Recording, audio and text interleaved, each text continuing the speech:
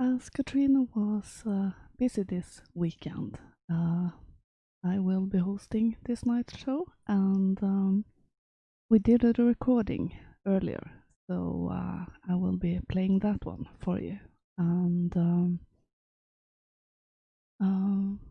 hopefully that will be a good one. So sit down with something nice to drink and just relax to some stories. Enjoy! Good evening, everyone. Welcome to Hearth of Europa. I am Lynx. Hello, and I'm Katrina. Welcome, everyone. Hope you've all had a great Sunday afternoon. Yeah, and a great weekend. And tonight, let's sit down with some hot beverages and listen to some stories. Yes, indeed. We have got stories primarily themed around stepmothers for you today, and it's quite a prevalent trope. It's around all over the world, and there is some debate about the usage of the trope. There are some situations where the original status of the mother, stepmother, whether it was either, is a little bit unclear, but we shall get into that Yes, during the show. we will. Um, They really do crop up. Just having done a little cursory research, soon find that they are cropping up everywhere from Denmark to Korea. yeah, and as I learned the other day while watching a video, uh, Cinderella in particular have versions all over the world. And the oldest recorded version, written down, was from China. So That is interesting. yeah, I don't remember how old it was, but it was maybe 2,000 years old. It's a bit different than the one we know of course, but it was a very interesting note that it pops up everywhere. But it is actually somewhat known that the Indo-European influence did sort of reach China Mm-hmm. among a group of people. I can't remember their actual name, but everybody Tokharians, Yeah, even though they're not the actual Tokharians. So I wonder if that's where that was Chinese, because it's influenced by Indo-European cultures. It did have Vedic influenced religions yeah. as its primary sort of philosophy for a long time. Yeah, and there are Indo-European mummies found in China, Yes. and there's burial mounds very similar to the Scythians found in Korea. And I have heard theories that many of the martial arts have an origin from the Indo-Europeans, but I'm not quite sure how accurate that is, but I thought I would just mention it. No, it's always worth a mention because a lot of these things do get overlooked in the tendency that we have today to sort of downplay our own culture, really. Well, downplay would be an understatement. Yeah, definitely. Shall get into the stories. Yeah, let's start with Cinderella. Okay. Yep, this is the original Cinderella. Or at least the one recorded by Jacob and Wilhelm Grimm. And yeah, it's a little more gory than what you've been used to But also she's running around doing a bit more for herself, actually. So, Cinderella, Jacob, and Wilhelm Grimm. A rich man's wife became sick, and when she felt that her end was drawing near, she called her only daughter to her bedside, said, "Dear child, remain pious and good, then our dear God will always protect you. I will look down on you from heaven and be near you." This, she closed her eyes and died. The girl went out to her mother's grave every day and wept. She remained pious and good. When the winter came, the snow spread a white cloth over the grave, and when the spring sun had removed it again, the man took himself another wife. This wife brought 2 daughters into the house with her. They were beautiful, fair faces, but evil, dark hearts. Times soon grew very bad for the poor stepchild. "Why should that stupid goose sit in the parlour with us?" he said. "She wants to eat bread. Have to earn it. Out with this kitchen maid." They took her beautiful clothes away from her, dressed her in an old grey smock, and gave her wooden shoes. "Just look at the proud princess. How decked out she is," they shouted and laughed when they let her into the kitchen. There she had to do hard work from morning until evening, getting up before daybreak, carrying water, making fires, cooking and washing. Besides this, sisters did everything imaginable to hurt her. They made fun of her, scattered peas and lentils in the ashes for her, so that she had to sit and pick them out again. In the evening, when she had worked herself weary, there was no bed for her. Instead, she had to sleep by the hearth, in the ashes. As she always looked dusty and dirty, they called her Cinderella. One day it happened that the father was going to the fair. He asked his stepdaughter what he should bring back for them. "Beautiful dresses," said the one. "Pearls and jewels," said the other. "And you, Cinderella?" he said. "What do you want?" "Father, break off for me the first twig that brushes against your hat on home." So he bought beautiful dresses, pearls, for his 2 stepdaughters. On his way home, as he was riding through a green thicket, a hazel twig brushed against him and knocked off his hat. He then broke off the twig and took it with him. Riding home, he gave his stepdaughters the things that they had asked for. He gave Cinderella a twig from the hazel bush. Cinderella thanked him, went to her mother's grave, planted the branch on it, and wept so much that her tears fell upon it and watered it.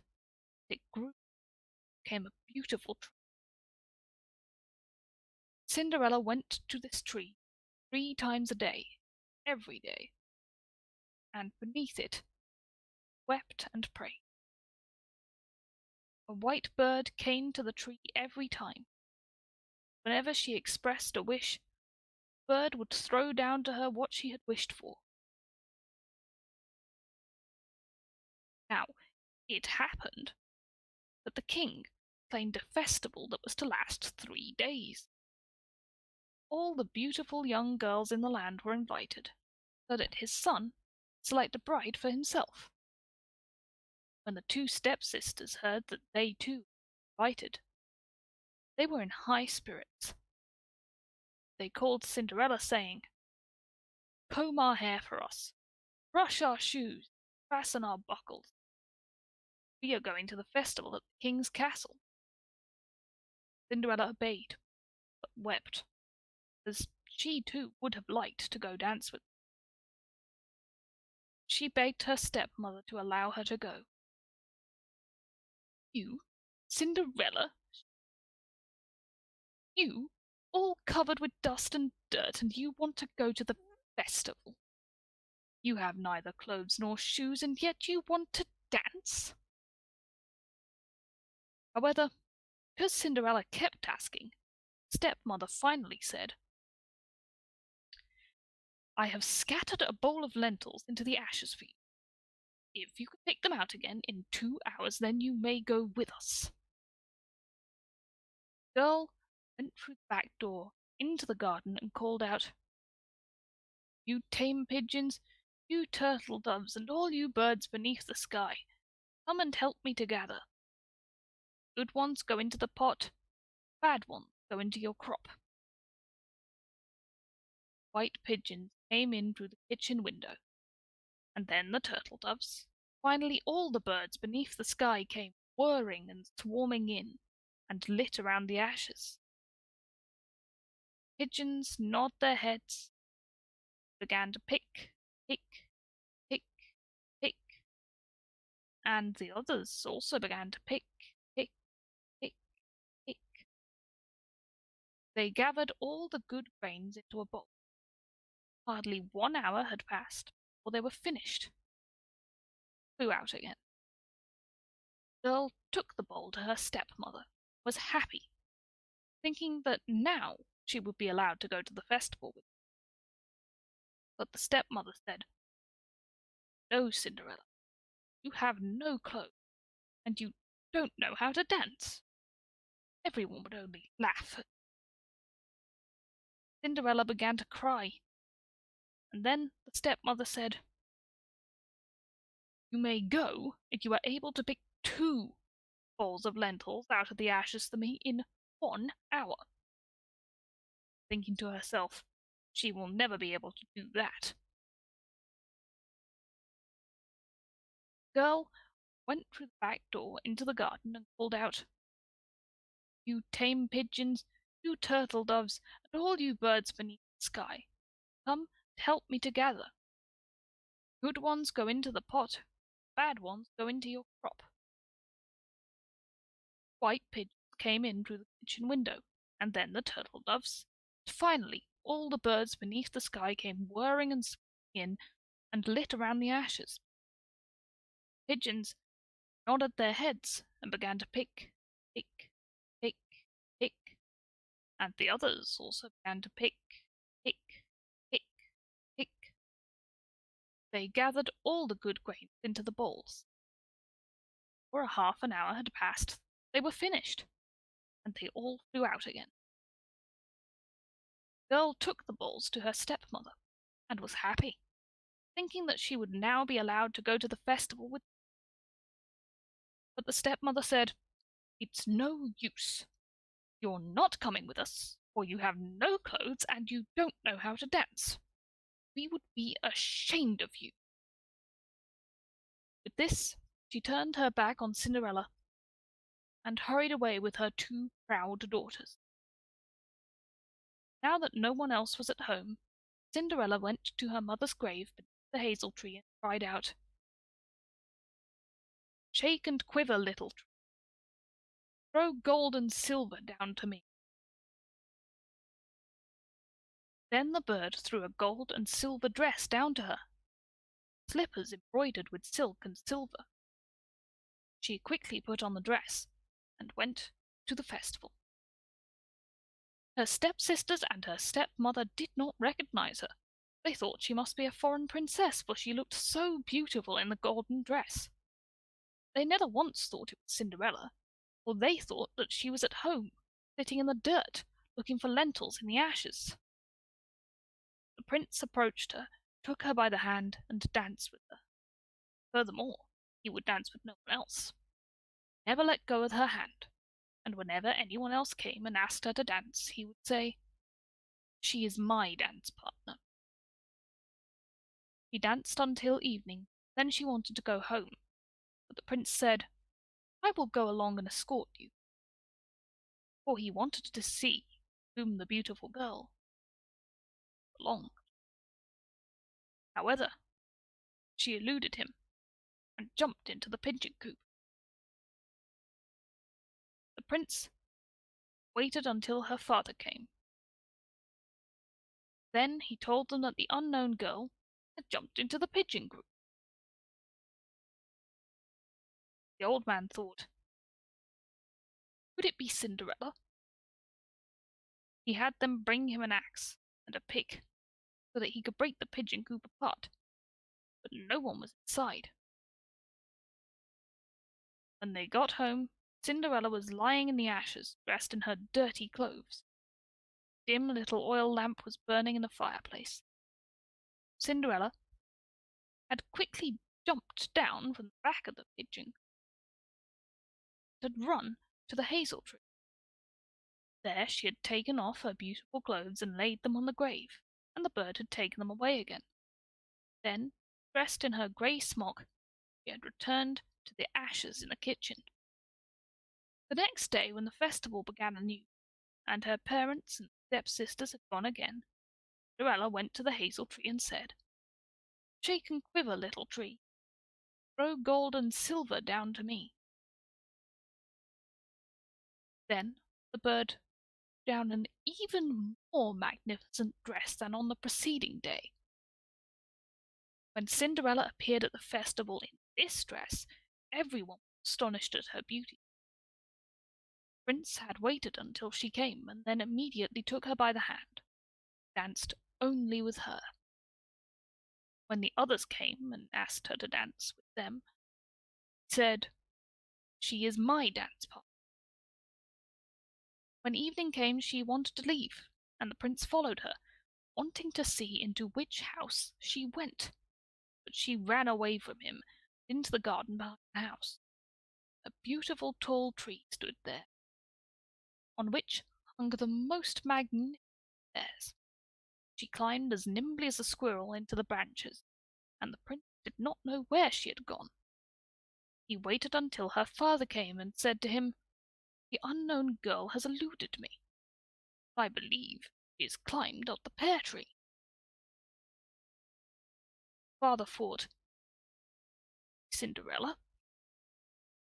He had an axe brought to him and cut down the tree. No one was in it. They came to the kitchen. Cinderella was lying there in the ashes as usual, for she had jumped down from the other side of the tree, had taken the beautiful dress back to the bird in the hazel tree, and had put on a great smock. On the third day, when her parents and sisters had gone away, Cinderella went again to her mother's grave and said to the tree, shake and quiver, little tree, throw gold and silver down to me. This time, the bird threw down to her a dress that was more splendid and magnificent than any she had yet had, and the slippers were of pure gold. When she arrived at the festival in this dress, everyone was so astonished that they did not know what to say. The prince danced only with her. Whenever anyone else asked her to dance, he would say, she is my dance partner. When evening came, Cinderella wanted to leave, and the prince tried to escort her, but she ran away from him so quickly he could not follow her. The prince, however, had set a trap.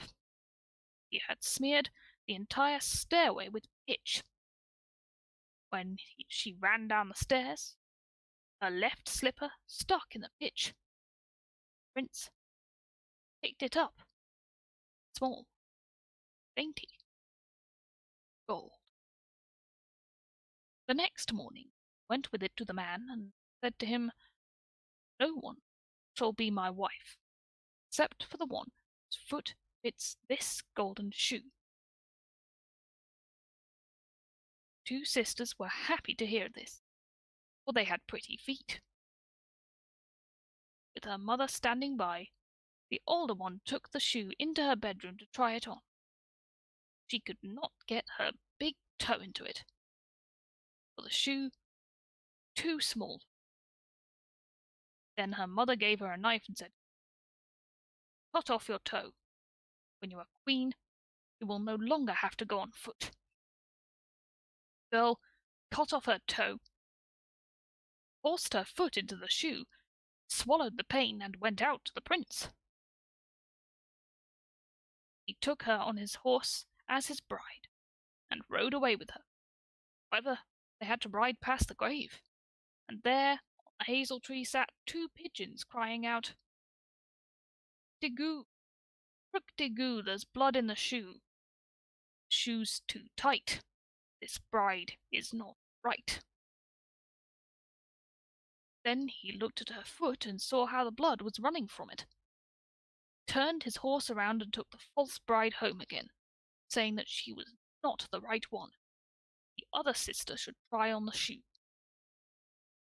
She went into her bedroom, got her toes into the shoe all right, but her heel too large. Then her mother gave her a knife and said, "Cut a piece of your heel off. You are queen, you will no longer have to go on foot." The girl cut a piece off her heel, forced her foot into the shoe. She swallowed the pain, went out to the prince. He took her on his horse as his bride and rode away with her. When they passed the hazel tree, the two pigeons were sitting in it, and they cried out, "Rook-de-goo, Rook-de-goo, there's blood in the shoe. The shoe is too tight. Bride is not right." He looked down at her foot and saw how the blood was running out of her shoe, how it had stained her white stocking all red. Then he turned his horse around and took the false bride home again. "That's not the right one either," he said. "Don't you have another daughter?" "No," said the man. "There is only a deformed little Cinderella from my first wife, but she cannot possibly be the bride." The prince told him to send her to him, but the mother answered, "Oh no, she is much too dirty. She cannot be seen." But the prince insisted on it. They had to call Cinderella. She first washed her hands and face clean, then went, bowed down before the prince, gave her the golden shoe.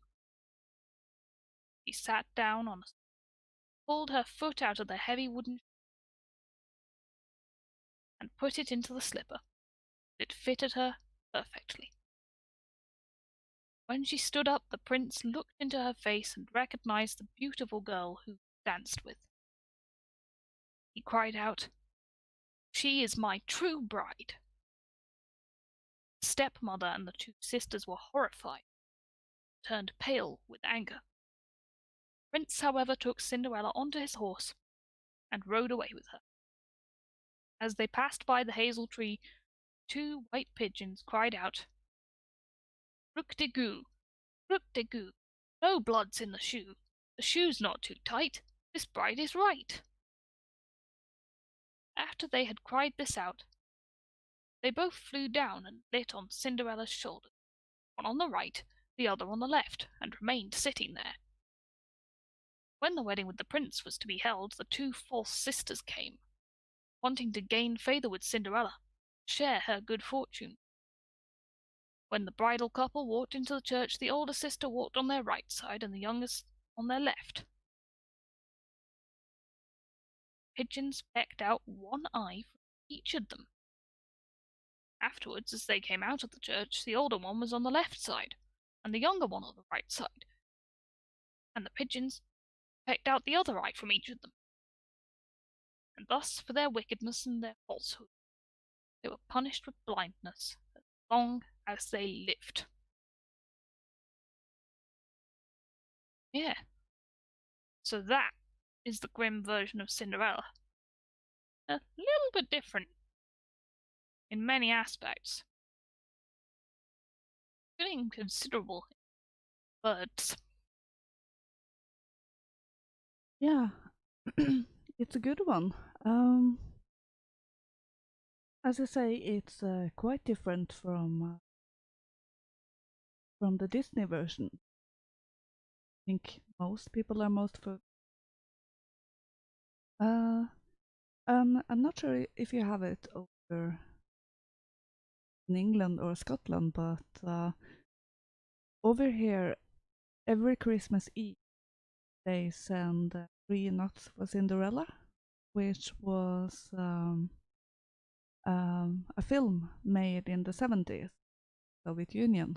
Um, it, it was a collaboration between the Czechs and the Eastern Germans. And that is quite similar in many aspects to this story. I'm not familiar with that. That's not something which is well known in Britain, I think. No, I know it's a cult story, basically, Yes. in Germany.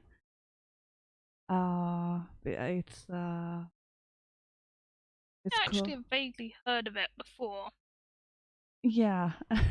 You can even buy replica of the costumes that's Huh. worn in it.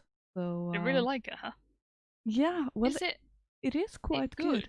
Yeah, I think Is it so. like because I know there's cults based on good and cult films based on so bad it's good. I Like The Room is probably the singular worst film ever made, and for yeah, that reason it's a cult film. yeah. I think it's a good film. So but that might be because I've grown up with it. Um, but it's definitely not a bad film, and they have managed to get quite the atmosphere in it. But funnily enough, the costumes for the men were actually summer costumes, and it was filmed in the dead of winter. So Oh apparently dear, they were it must have free. been a bit nippy. Yeah, a bit. Yeah, and in that story, it's her father have died, and it's the driver who goes into town to get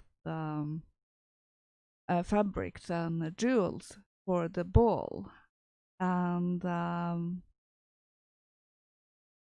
the prince manages to have a little twig with three knots on it fall onto the driver, and he gives those to Cinderella, and in those knots he gets her costumes to fool the prince and win his heart. Huh. Yeah, no, like that seems a lot more than the sort of Disneyfied version where you have this random fairy godmother Mm-hmm. turning up, who I suppose completely just replaces the assistance of the mother. And I'm not sure where we got pumpkins from turning into Uh, carriages. I think that might be an American influence. Yes, I think so, maybe. Yeah. Yeah, but yeah, I find it interesting that the stepsisters they're not ugly. Mm-hmm. The modern versions they always seem to very much stress ugly stepsisters, Yeah. as if something bad couldn't also simultaneously be beautiful. Yeah. Ugly on the inside and the outside. Yes. And we have seen that in other stories, because we have read a few stories with stepmothers and stepdaughters. And the one with the heads in the well, then the stepdaughter was not as pretty, but she became uglier. Yes, it did. That sometimes is reflected in a character's outward appearance that they're bad. Mm-hmm. Um, but in this case, these are very, very beautiful girls, but they're still corrupt in spirit. Yeah. And so the prince could have believed that either of them was his bride, but it was, you know, they still weren't worthy of the golden shoe as their selfless sister was. Mm-hmm. Well, stepsister. Yeah. There's the thing, it does actually use the term mother to refer to the stepmother once in this tale, actually, Yeah. which one might assume is a typo on the part of the person writing this up Uh, on Pit Edu, or it might be just left in from Grimm's original version, because I think in the first version they did have it as Cinderella's mother. that might be the case. I'm not quite sure. Was it only Snow White and Hansel and Gretel that had that? As I saw it was mentioned for Snow White Gretel, so Yeah, um, yeah. I think yes, stepmother is involved in Cinderella. Yeah, yeah. But on the other hand, there are many versions of a Cinderella, so that might actually vary. The one who penned that one down might have gotten a bit confused or something. yeah. But there was really two things that reminded me of off the top of my head with um some of what's in there. Seeking aid from one's dead mother is actually something that is reasonably common in these tales of stepmothers. Mm-hmm. Um, there's been there's been in Norse mythology actually.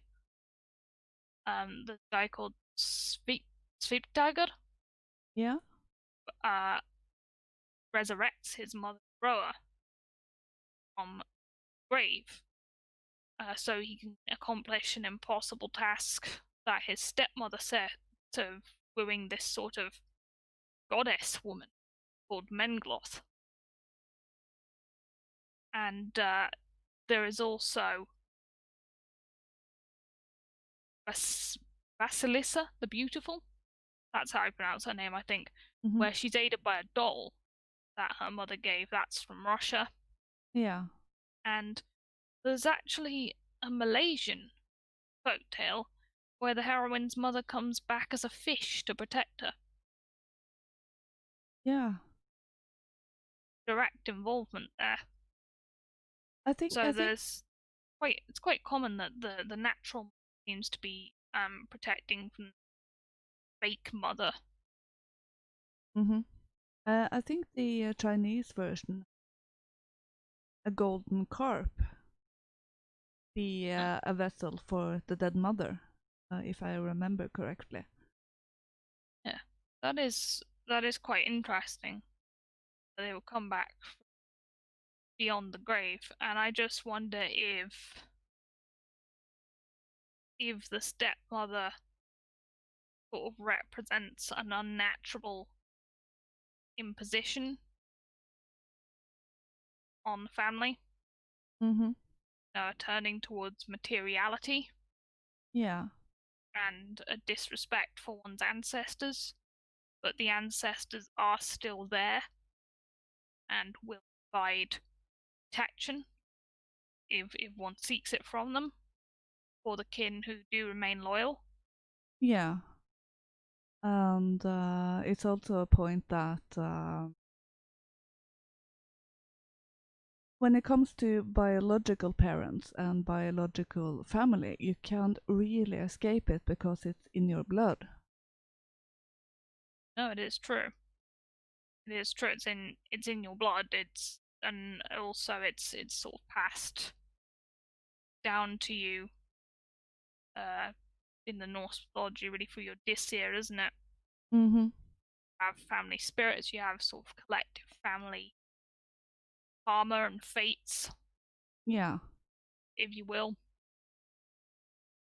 So you don't just escape destiny. No. Yeah, there is always, I think, an element in this story of the man of the house being corrupted Mm-hmm.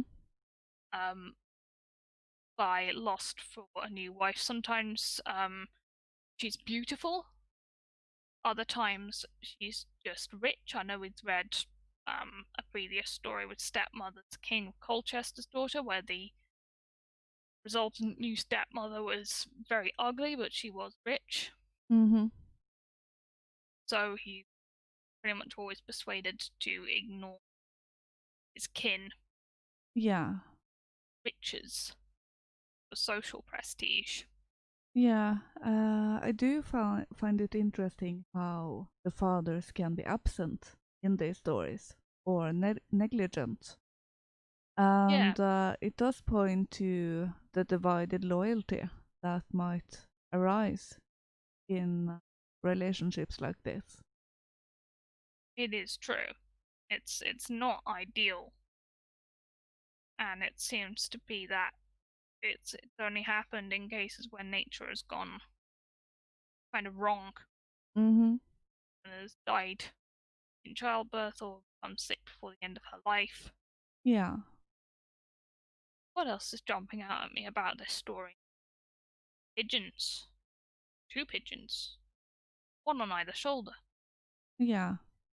That is, I don't know, the first thing that jumped into my head about that was Hugin and Mugen, Mm-hmm. and they're pecking eyes out as well. Yeah. Taking eyes as payment for bad action. Yeah. I thought this was interesting, and I don't really have anything linking it, but it's a very old story, Cinderella. Need bird helpers. It would make sense that they would be doing the bidding of Cinderella's dead mother because they've always been sort of associated with being able to travel through realms. Mm-hmm. They were in the sky, they were on water. You know, birds occupied a lot of the places that the ancient peoples considered in betweens Yeah. life and death. In many cultures, they are viewed as messengers from the other side, and that can be the spirit world or the higher powers. So um, they do occupy that liminal space between different realms. They definitely do. Mm-hmm. And Cinderella throughout this story seems to be someone with an inherent awareness of what it is she should do. She seems to be someone who has some sort of power to be in contact with those realms Mm-hmm. because she knows to ask for the first twig that breaks off against her father's hat Yeah. on the way home, which you know tells me that Cinderella seems to gain an insight.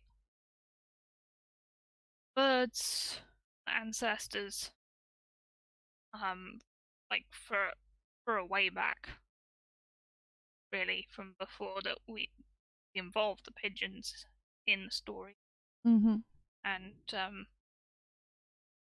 she's able to do that because she's spiritual, I guess, and connected with the divine. Yeah, I could say it is divine inspiration, basically. Yeah, I think that seems to be what it is, Mm-hmm. and the fact that you might have eating outsiders to the family trying to bring her down, but her natural lineage is good Yeah. and it will win out. Mm-hmm. Quite interesting, really. Yeah, and that her mother uh, asked her to be pious before she died.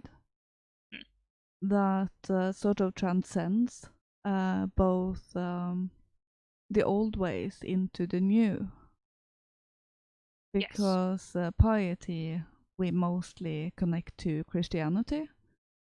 Mm. Um, but she is in touch with her mother's spirit, and as such, it will.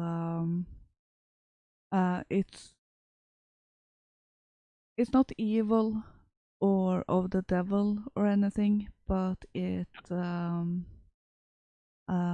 could say that she is contacted, in contact with her mother in heaven. So it's a very nice transition, I think. I would say, um, like your ancestors were not of the devil in life. They're not really going to be that in death either. No, Doesn't make sense to me. yeah, and it's not necromancy she's doing. So she is keeping it to the realm of the good. Yeah, she's not actually defying the rule of life and death, which of course we could do a whole episode probably on stories where that doesn't end so well. Mm-hmm. I bet there's a lot of examples out there. Yeah, and I do find the point that is mainly in the written stories that is not in the Disney version of the stepdaughters cutting up of pieces of themselves to fit the shoe. You know, the toes and the heels, and that is a bit grim. So I do realize why Disney made the choices that it did and not have that part in, because it's a bit different when you have it visually in front of you than when you have it told in a story, because then it's relied on your imagination. Definitely that is, I can realize why that's not in the film. I think, it is, I guess, symbolic maybe. They have extra sort of stuff. They have extra parts of them that don't allow them to step into this destiny. They're trying to fit something which they really fundamentally weren't made for, Yeah, I guess. they are trying to square the circle, Mm, and it's also an image that how to yeah, put it,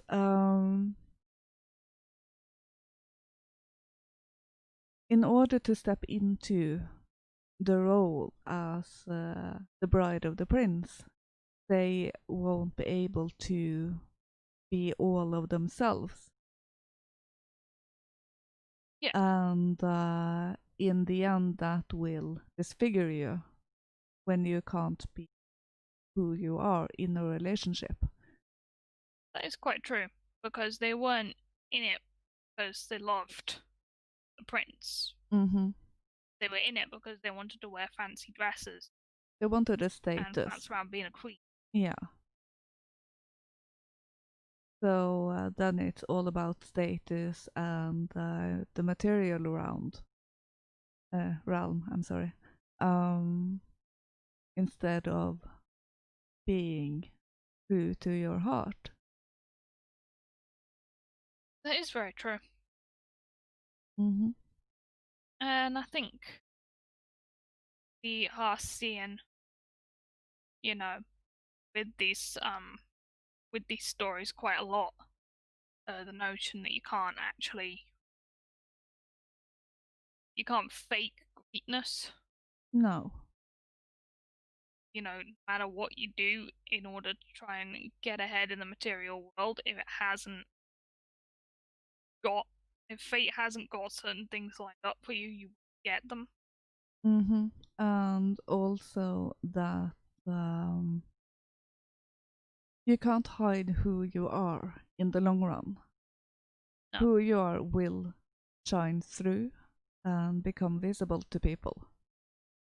And if you are trying to cut off pieces of yourself to fit a certain image, then that will become apparent. Maybe not straight away, but in time, like we see in the story here, that the youngest stepdaughter, uh, her stockings are stained with blood, and it would become apparent. Yeah, definitely is Mm-hmm. an interesting, and it is included in the Uther Arnie Thompson Uther folktale index on the type Mm-hmm. 510 Yeah. A proper name that actually.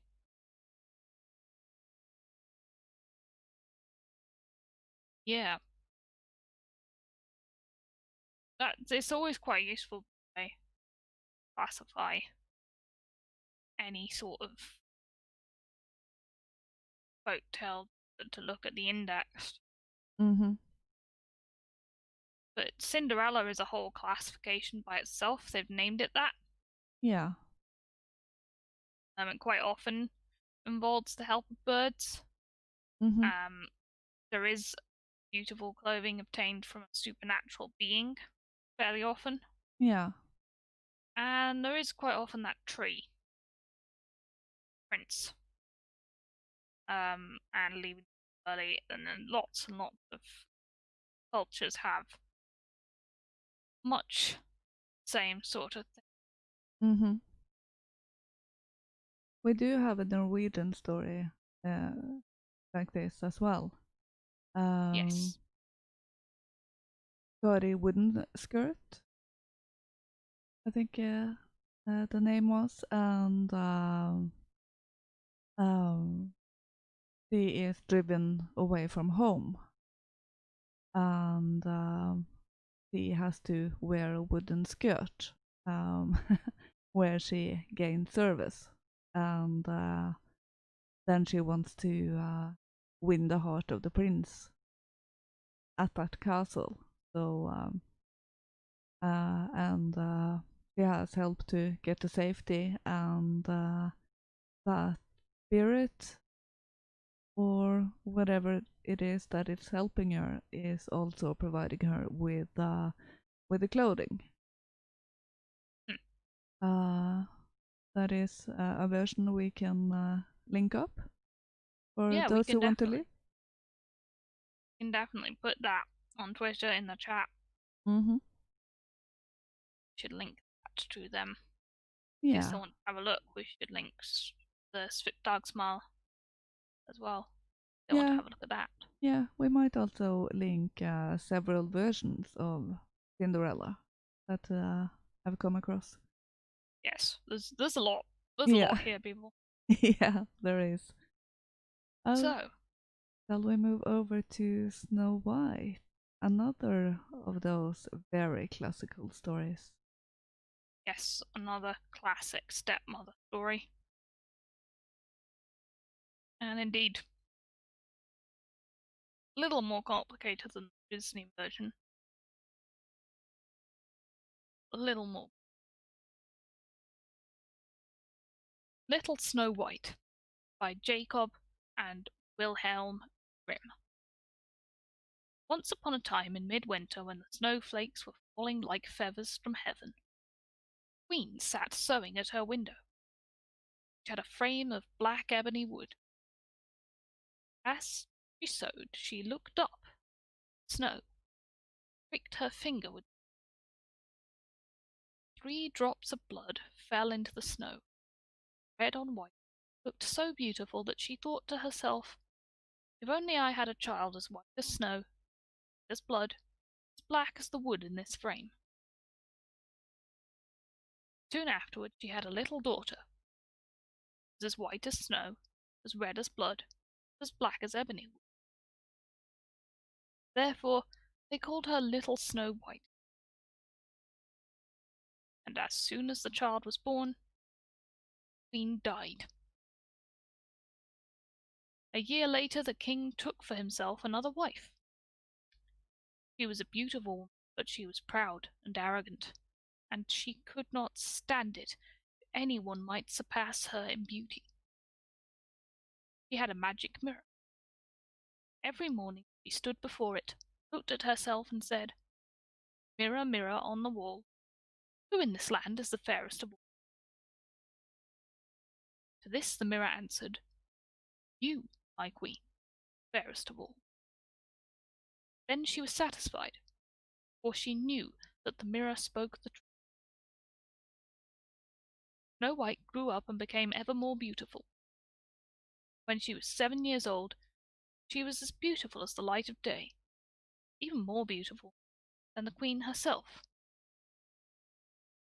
One day, when the queen asked her mirror, "Mirror, mirror on the wall, who in this land is the fairest of all?" it answered, "You, my queen, are fair, it is true. Snow White is 1,000 times fairer than you."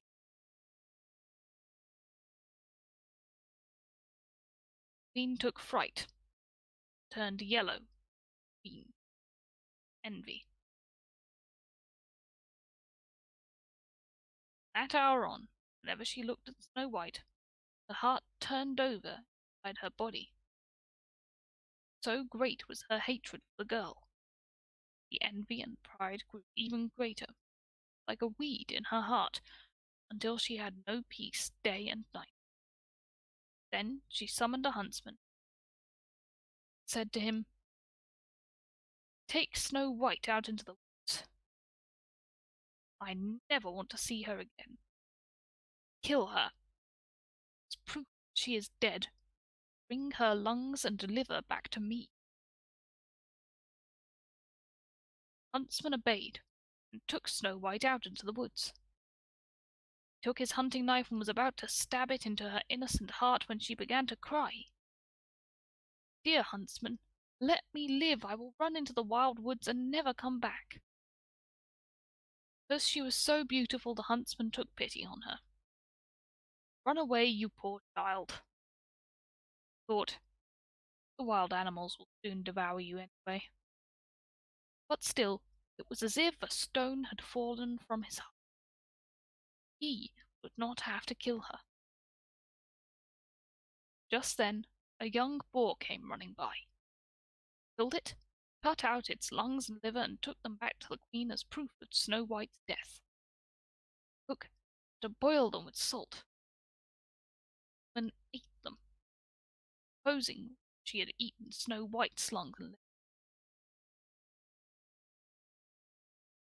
The poor child was now all alone in the great forest, and she was so afraid she just looked at all the leaves on the trees and did not know what to do. Then she began to run. She ran over sharp stones and through thorns, and wild animals jumped at her. They did her no harm. She ran as far as her feet could carry her. Just as evening was about to fall, she saw a little house. She went inside in order to rest. Inside the house, everything was small, but so neat and clean that no one could say otherwise. There was a little table with a white tablecloth, 7 little plates. The plate had a spoon. There were 7 knives and 7 mugs as well. Against the wall there were 7 little beds, standing in a row, covered with snow-white sheets. Because she was so hungry and thirsty, Snow White ate a few vegetables, a little bread from each plate. From each mug she drank a drop of wine. Afterwards she was so tired she lay down on a bed. One of them felt right. It was too long, the other too short, until finally the 7th one just right. She remained lying in it, trusted herself to God, fell asleep. After dark, the masters of the house returned home. They were the 7 dwarfs, picked and dug for ore in the mountains. They lit their 7 candles. As soon as it was light in their house, they saw that someone had been there. For not everything could in the same order as they had left it. First one said, "Who's been sitting in my chair?" Second one said, "Been eating from my plate." Third one, "Has been eating my bread." Fourth one, "Been eating my vegetables." The fifth one, "Who has been sticking with my fork?" Sixth one, "Who has been cutting with my knife?" Seventh one, "Who has been drinking milk?" Then the first one saw that there was a little imprint in his bed and said, "Who stepped on my bed?" The others came running up and shouted, "Someone has been lying in mine as well." But the seventh one, looking at his bed, found Snow White lying there asleep. The seven dwarfs all came running up, and they cried out with amazement. They fetched their 7 candles and shone the light on Snow White. "Oh, good heaven! Oh, good heaven!" they cried. "This child is so beautiful!" So happy that they did not wake her up, but let her continue to sleep there in the bed. The seventh had to sleep with his companions, 1 hour with each one. Then the night was done. Next morning Snow White woke up. When she saw the 7 dwarfs she was frightened, but they were friendly and asked, "What is your name?" "My name is Snow White," she answered. "How did you find your way to our house?" was asked further. Then she told them that her stepmother had tried to kill her, that the huntsman had spared her life, that she had run the entire day, finally coming to their house. The dwarfs said, "If you will keep house for us, and cook, make beds, wash, sew, knit, keep everything clean and orderly, then you can stay with us, and you shall have everything you want." "Yes," said Snow White, "with all my heart." So she kept house for them. Every morning they went into the mountains looking for ore and gold, and in the evening when they came back home their meal had to be ready. During the day the girl was alone. The good dwarfs warned her, saying, "Be careful about your stepmother. She will soon know that you are here. Do not let anyone in." Now the queen, believing that she had eaten Snow White's lung and liver, could only think that she was again the first and most beautiful woman of all. She stepped before her mirror and said, "Mirror, mirror on the wall, who in this land is the fairest of all?" It answered, "You, my queen, fair, it is true. Snow White beyond the mountains with the 7 dwarfs, still 1,000 times fairer than you." This startled the queen, for she knew that the mirror did not lie, and she realized that the huntsman had deceived her, that Snow White was still alive. Then she thought again, how could she kill Snow White? As long as she was not the most beautiful woman in the entire land, her envy would give her no rest. At last she thought of something. Colouring her face, she disguised herself as an old peddler woman, so that no one would recognize her. In this disguise she went to the house of the 7 dwarfs. Knocking on the door, she called out, "Beautiful wares for sale, sale." Snow White peered out of the window and said, "Good day, dear woman. What do you have for sale?" "Good wares, beautiful wares," she answered. "Bodice laces in all colours."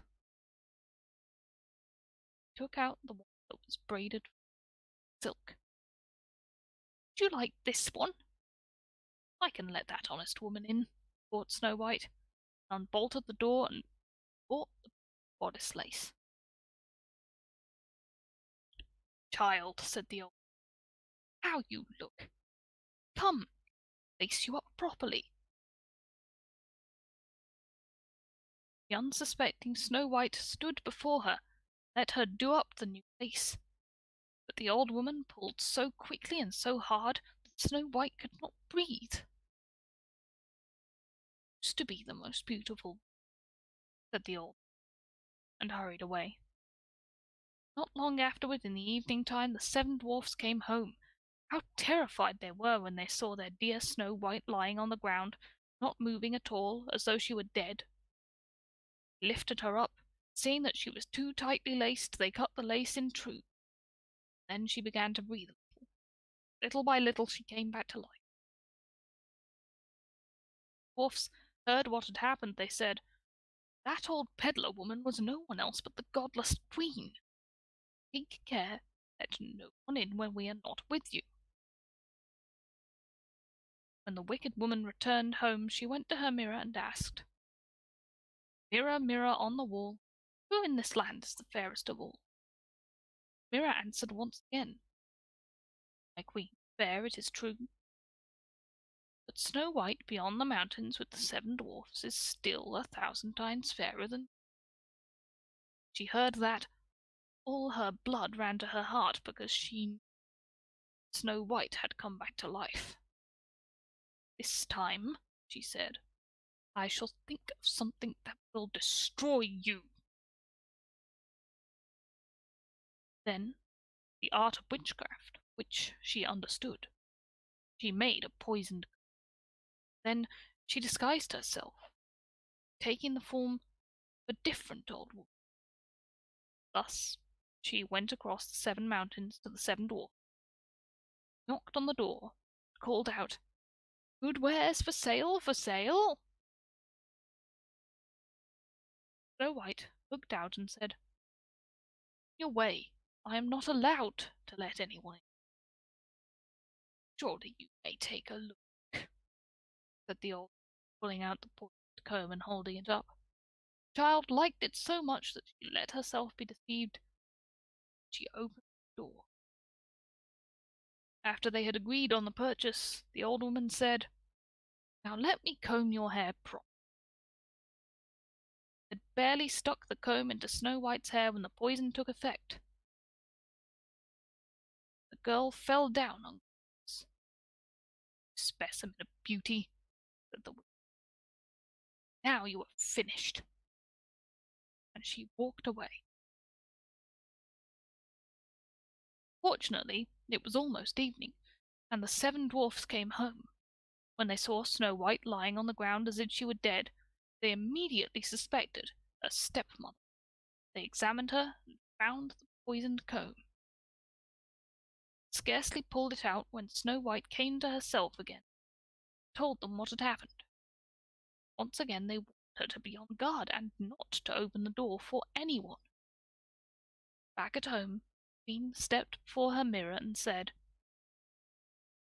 "Mirror, mirror on the wall, who in this land is the fairest of all?" The mirror answered, "You, my queen, are fair, it is true. Snow White beyond the mountains with the 7 dwarfs is still 1,000 times fairer than you." When the queen heard the mirror saying this, she shook and trembled with anger. "Snow White shall die," she shouted, "even if it costs me my life." Went into no one else allowed inside, and she made a poisoned apple. From the outside, it was beautiful, white with red cheeks. Anyone who saw it would want it, but anyone who might eat a little piece of it would die. Then, colouring her face, she disguised herself as a peasant woman. Thus went across the 7 mountains to the 7 dwarfs. She knocked on the door. Snow White stuck her head out of the window and said, "I am not allowed to let anyone in. The dwarfs have forbidden me from doing so." "That is all right with me, peasant woman. I'll easily get rid of my apples. Here, I'll give you one of them." No, said Snow White. I cannot accept anything. Afraid of poison? Asked the old woman. Look, I'll cut the apple in two. You eat the red half. I shall eat the white half. Now the apple had been so artfully made that only the red half was poisoned. Snow White longed for the beautiful apple, and when she saw that the peasant woman was eating part of it, she could no longer resist, and she stuck her hand out and took the poisoned half. She barely had a bite in her mouth when she fell to the ground dead. He looked at her with a gruesome stare, laughed loudly, and said, "Ha! White as snow, red as blood, black as ebony. This time cannot." Back at home, she asked her mirror, "Mirror, mirror on the wall, who in this land is the fairest of all?" It finally answered, "You, my queen, are the fairest of all." Then her envious heart was well as an envious heart can be at rest. When the dwarfs came home that evening, they found Snow White lying on the ground. She was not breathing at all. She was dead. They lifted her up and looked for something poisonous. They undid her laces, they combed her hair, they washed her with water and wine. Nothing helped. The dear child was dead, and she remained dead. They laid her on a bier. All seven sat next to her, and mourned for her, and cried for 3 days. They were going to bury her, but she still looked as fresh as a living person, still had her beautiful red cheeks. They said, "We cannot bury her in the black earth." They had a transparent glass coffin made, so she could be seen from all sides. They laid her inside, and in golden letters wrote upon it her name, and that she was a princess. Then they put the coffin outside on a mountain, and one of them always stayed with it and watched over her. The animals, too, came and mourned for Snow White. First an owl, then a raven, finally a dove. Snow White lay there in the coffin a long, long time. She did not decay. Looked like she was asleep, for she was still as white as snow, and as red as blood, as black-haired as ebony. Now it came to pass that a prince entered these woods, and happened on the dwarf's house, where he sought shelter for the night. He saw the coffin on the mountain with beautiful Snow White in it. He read what was written on it with golden letters. Then he said to the dwarfs, "Let me have that. I will give you anything you want for it." The dwarfs answered, "We will not sell it for all the gold in the world." Then he said, "Give it to me, for I cannot live without being able to see Snow White. I will honor her and respect her as my most cherished one." And thus he spoke. Good dwarfs felt pity for him, gave him the coffin, had his servants carry it away on their shoulders, but then it happened that one of them stumbled on a brush. This dislodged from Snow White's throat a piece of the poisoned apple that she had bitten off. Not long afterward, she opened her eyes, lifted the lid from the coffin, sat up, alive again. "Good heavens, where am I?" she cried out. The prince said joyfully, "You are with me." He told her what had happened, and then said, "I love you more than anything else in the world. Come with me to my father's castle. You shall become my wife." Snow White loved him, and she went with him. Their wedding was planned with great splendor and majesty. Snow White's godless stepmother was also invited to the feast. After putting on her beautiful clothes, she stepped before her mirror and said, "Mirror, mirror on the wall, who in this land is the fairest of all?"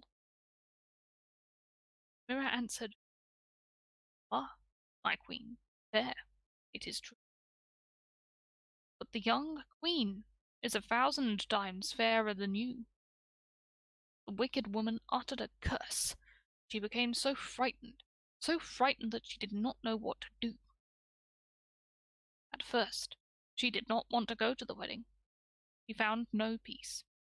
She had to go and see the young queen. When she arrived, she recognized Snow White, and terrorized, she could only stand there without moving. Then they put a pair of iron shoes into the burning coals. They were brought forth with tongs, placed before her. She was forced to step into the red-hot shoes, dance, until she fell down dead.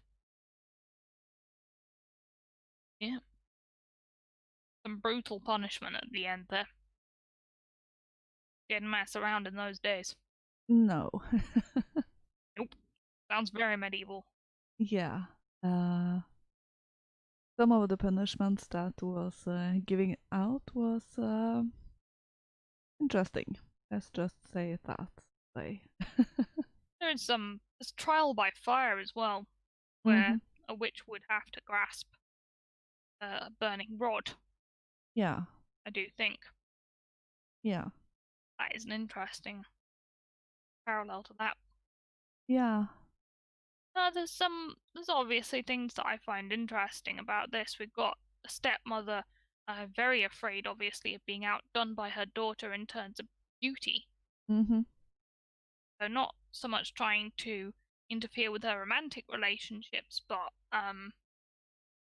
just be the only one who is considered beautiful by her father and the citizens, and basically doing anything Yeah. to maintain something which will inevitably fade, as one gets older. Mm-hmm. I think the tale is very much steeped in the danger of vanity. Mm. Yes, you know, it is something that consumes her life, that won't let her rest, Mm-hmm. and eventually trying to get rid of anything beautiful just so she can feel not inferior doesn't work. Yeah. And it's also pointing to the tendency of the beauty of women perhaps being given too much weight. And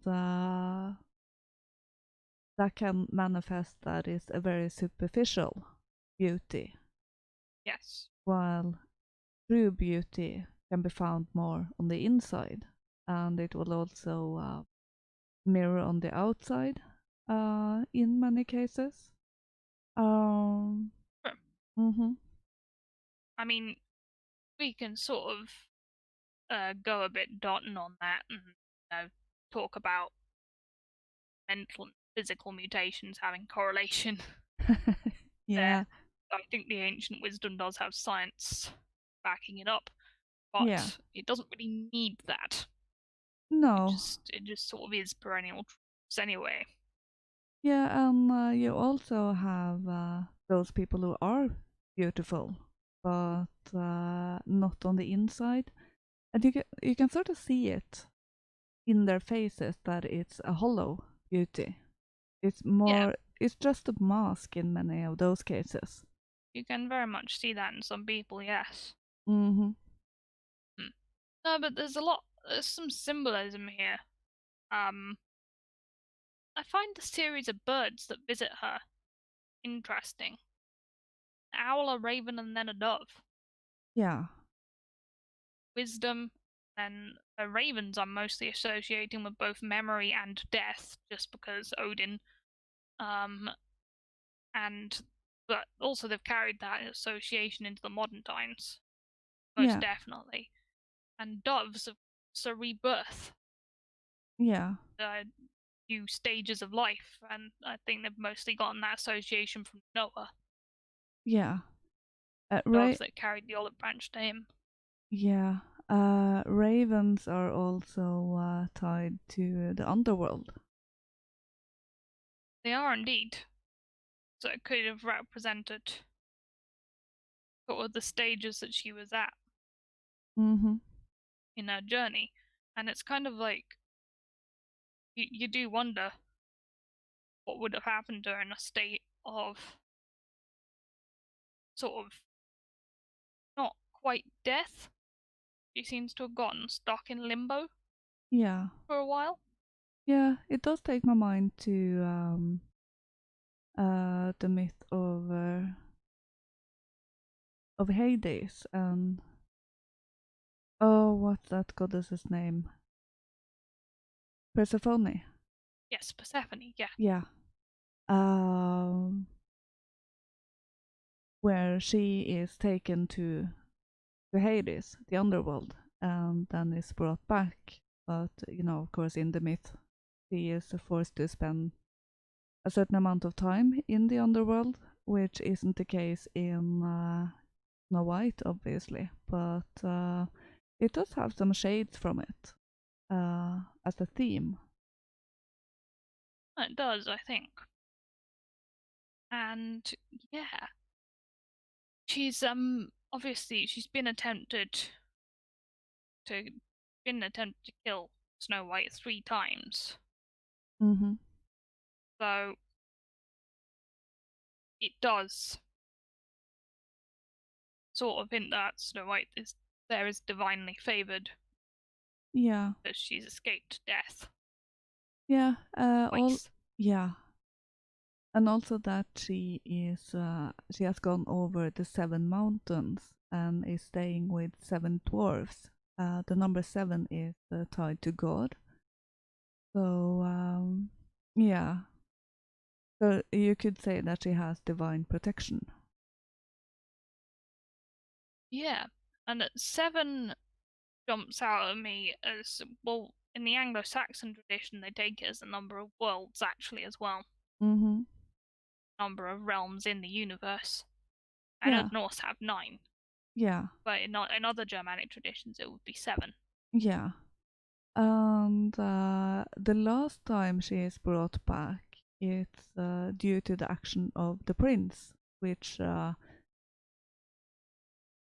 brings the number up to 8, and that is the number for eternity. That's true. So her beauty might be eternal and spiritual, not actually fading, Mm-hmm. which I think is the only type of beauty that you can really bank on. Yeah. Uh, I will also point out that how the stepmother is close to killing her is Snow White falling for vanity. It's a beautiful corset, and then it's a comb to make her hair beautiful. Yes, And the last time it is with the poison apple, which brings my mind to Adam and Eve. And yeah, taking a bite of the fruit of knowledge. and the sort of the savior and the resurrection, and she's like the snake, as in she's like, yeah, be fine. She offers to eat it, Mm-hmm. tempts her with it. Yeah, So this does definitely have very much echoes Adam and Eve and yeah, temptation, and also she's far too trusting in something that looks good mm-hmm. without examining it Yeah. first. I have seen one interpretation of the Adam and Eve story is that what makes them fall isn't knowledge per se, but mortality. It brings mortality into the human being. So that is an interesting point in light of this story.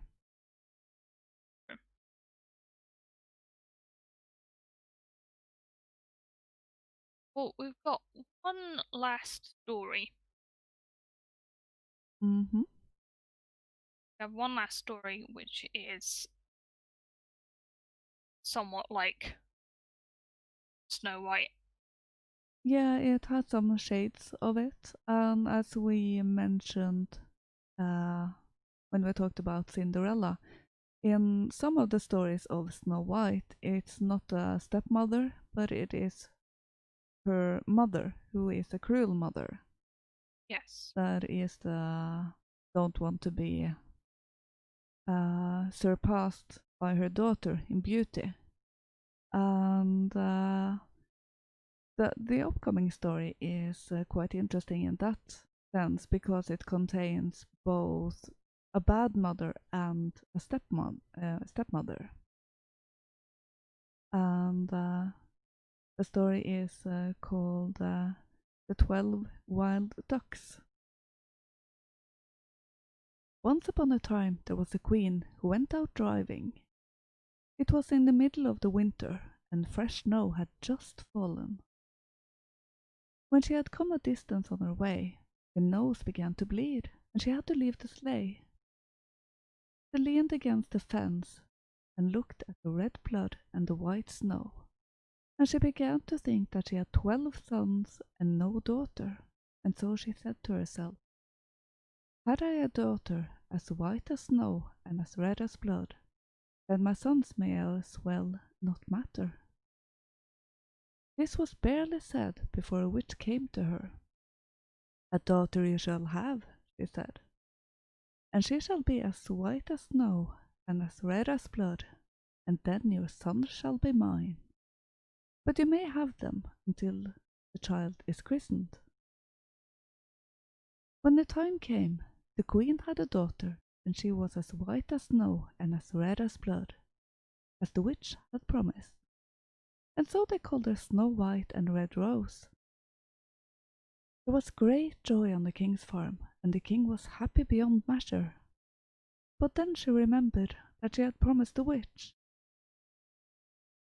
He had a silversmith make 12 silver spoons, one for each prince, and then she had him make one more, and that she gave to Snow White and Red Rose. Just as the princess was christened, the princess was transformed into 12 wild ducks and flew away, and they were not seen again. They were gone and remained gone. The princess grew up, and she became both big and beautiful, but she was often so strange and sorrowful, and no one could understand what distressed her. But then there was one evening when the queen was also sorrowful, for she had many strange thoughts as well. And at those times she was thinking of her sons. She asked Snow White and Red Rose, "Why are you so sorrowful, my child? If something ails you, then say so. If there's something you want, you shall have it." "Oh, it's just that I'm so lonely," Snow White and Red Rose said. "Everyone else has siblings, but I am alone. I have no brothers or sister, and this I grieve for." "You also have siblings," said the queen. "I have had 12 sons who were your brothers, but I gave them all away to have you." And then she told her daughter everything that had happened. When the princess heard it, she had no peace. No matter how the queen wept and carried on, it did not help. She wanted to go away and thought everything was her fault. And at last she also left the king's farm. She walked and walked, and far into the wide world.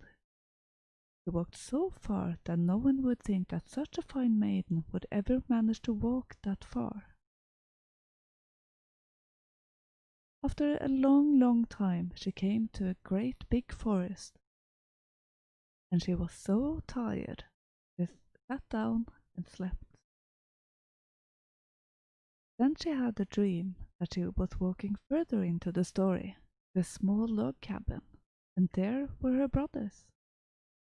Right away she woke up, and right before her she saw a worn path in the green moss, and that path led further into the forest. She followed it, and after a long, long time she came to a small log cabin, just like the one she had dreamed of. She entered the cabin, but there was no one at home. But there stood 12 beds and 12 chairs and 12 spoons and 12 of everything there was. When she saw it, she grew as happy as she had never been in years, for she understood that her brothers lived there, and that it was they who owned the beds and the chairs and the spoons. She lighted a fire and swept and made the beds and cooked food and ordered and tidied as best as she could. And when she had cooked and prepared them all, then she ate. But she had forgotten her spoon at home. I'm sorry, she had forgotten her spoon at the table. And then she crept under the bed of the youngest brother and slept there. She had hardly laid down before she heard a rustling and whistling in the air, and then came all the 12 wild ducks, and as they crossed the threshold, they became princes. "Oh, so good and warm it's in here," they said. "God bless the one who has made the fire and cooked such good food for us." And then each took a silver spoon and would eat. But when each had taken each of their spoons, one was left behind, and it was just like the other ones. They could tell no difference. Then they looked at one another and wondered, "Is this our sister's spoon?" they said. "And if her spoon is here, then she cannot be far away either. If that is our sister's spoon, and she is here, then she must be killed, for she has a share in the cause of the evil we must suffer," said the eldest of the princes, and she lay beneath the bed listening to this. "No," said the youngest, "it would be shameful to kill her for it. It was not her fault that we would suffer evil. Should anyone be at fault, then it would have to be our own mother." They began to search for her both high and low, and finally they all looked underneath the beds. And when they came to the bed of the youngest prince, they found her and pulled her out.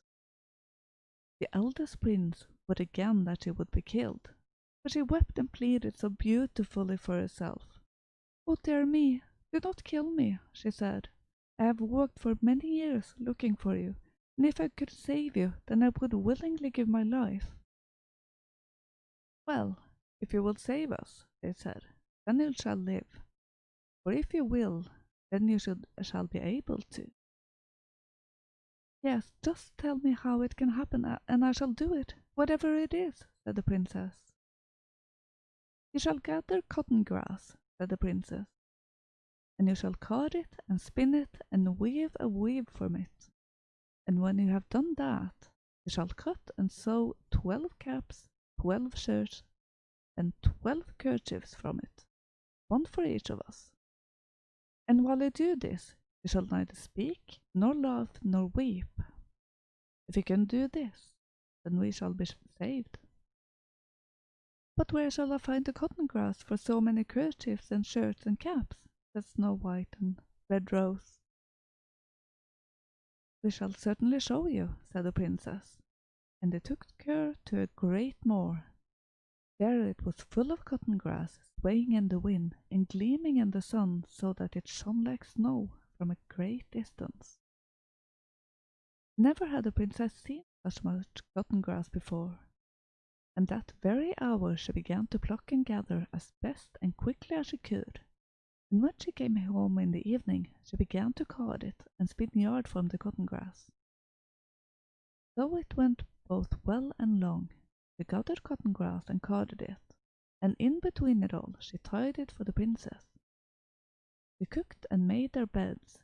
In the evening they came rustling and whistling home as wild ducks, and at night they were princes. But in the morning they flew off again and were wild ducks the whole day. But then it happened. one day when she was picking cotton grass at the moor, and if I am not mistaken, then I think it was the last time she should go there, that the young prince who ruled the kingdom was out hunting, and came riding out to the moor and saw her. He stopped and wondered who the gorgeous maiden could be, who walked up on the moors, gathering cotton grass. And she asked her too, and when he received no answer, he wondered even more. He thought so well of her that he would take her with her home with him to his castle and marry her. And so he said to his servants that they should take her and lift her onto his horse.